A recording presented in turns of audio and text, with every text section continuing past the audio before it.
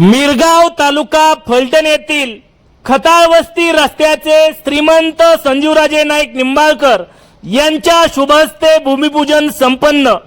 महाराष्ट्र विधान परिषदेचे माजी सभापती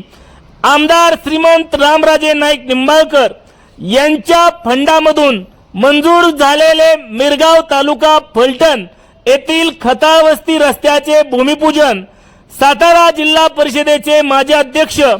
शिवसेना नेते श्रीमंत संजीवराजे नाईक निंबाळकर यांच्या शुभहस्ते गुरुवार दिनांक 23 जुलै रोजी संपन्न झाले। या रस्त्याच्या भूमिपूजन प्रसंगी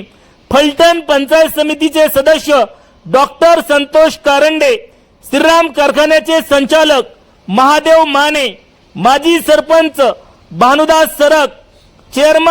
माजी चेअरमन तायाप्पा सरक, माजी सरपंच दिगंबर सरक, माजी सरपंच शिवाजी करे, उपसरपंच पल्लवीताई खताळ, अरविंद सूळ, पिंटू शेठ खताळ, नानासो खताळ, हरिभाऊ सरक, आप्पा सरक, दत्तू खताळ, सदाशिव सरक, शिवाजी सूळ, लाला सरक, संपत सरक, हर्षद वाघमोडे, सुनील सरक, सागर सरक, भानुदास सूळ, रामचंद्र सरक, बाळू